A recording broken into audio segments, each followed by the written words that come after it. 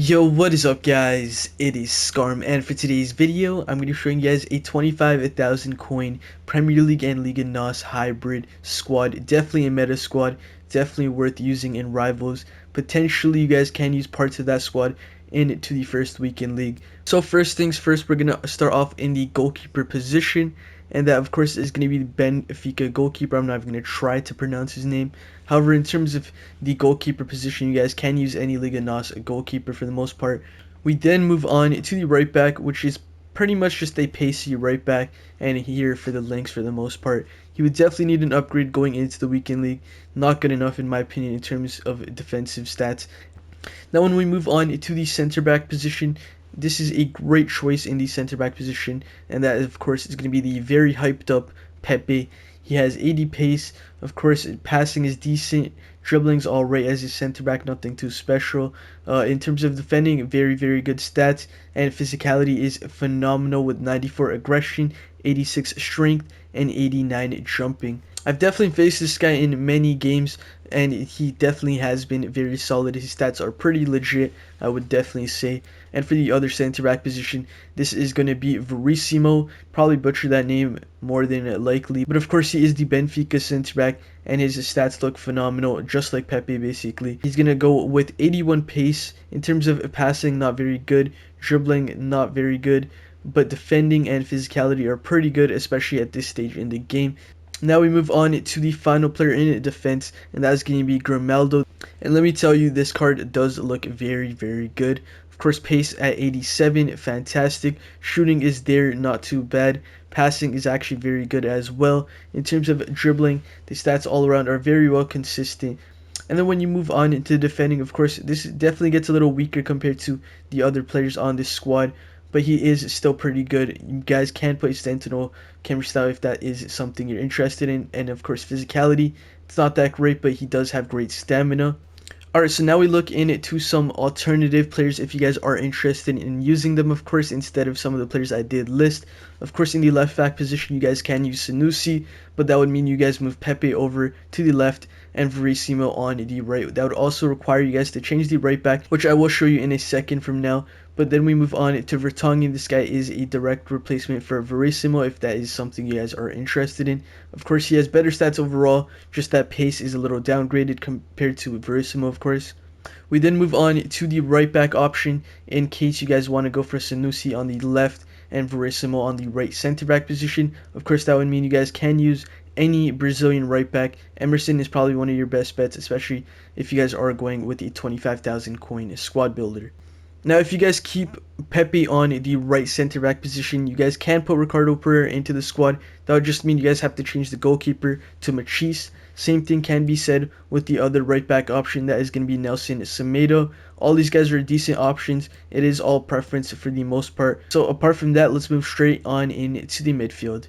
Alright, so now we move into the midfield and wingers. This is going to start off with Rafinha. Of course, he has some great pace, decent shooting stats, decent passing stats, pretty good dribbling stats, with of course 88 agility and 86 dribbling overall. And for the final stat, which pretty much matters, is going to be physicality. It's pretty decent as well, not too bad as a winger. In terms of traits, he basically just has flair trait, and overall a decent option on your right midfield spot. Next, we move on to Fred. Of course, he is going to be linking with Rafinha. Fred looks like a great card, 81 acceleration, 77 pace overall. Shooting not that great, of course, he is definitely going to be your defensive mid. In terms of passing, it's actually pretty decent. Dribbling is fantastic with 88 agility and 87 balance, along with 86 reactions. And when you guys look into defending, of course, it's not too bad and not too great overall. And for the final stat, which is going to be physicality, he has phenomenal aggression and phenomenal stamina, so not too bad of a card overall. We then move on to the left side, and this is going to be a card that I'm currently using in my squad. In my opinion, he actually is a cheat code. He definitely plays better than what his price value is. In my opinion, definitely worth considering into basically any Premier League midfield. The only recommendation I'm going to have to say is just put a Catalyst, Shadow, or Hunter camera style onto this player. Catalysts are basically only 200 coins, hence why I went with that, of course. He's a great box to box, very good, Passing's good, shooting's good, dribbling's decent as well. Defending is actually much better than his stats do say, and physicality overall is pretty good as well. He also has finesse shot trait if you guys do get in it the opportunity to take a shot. Now we move on to the last player in the midfield and wings, and that is going to be Christian Pulisic. Of course, he's going to be linking Saul into this team. He is very, very fast.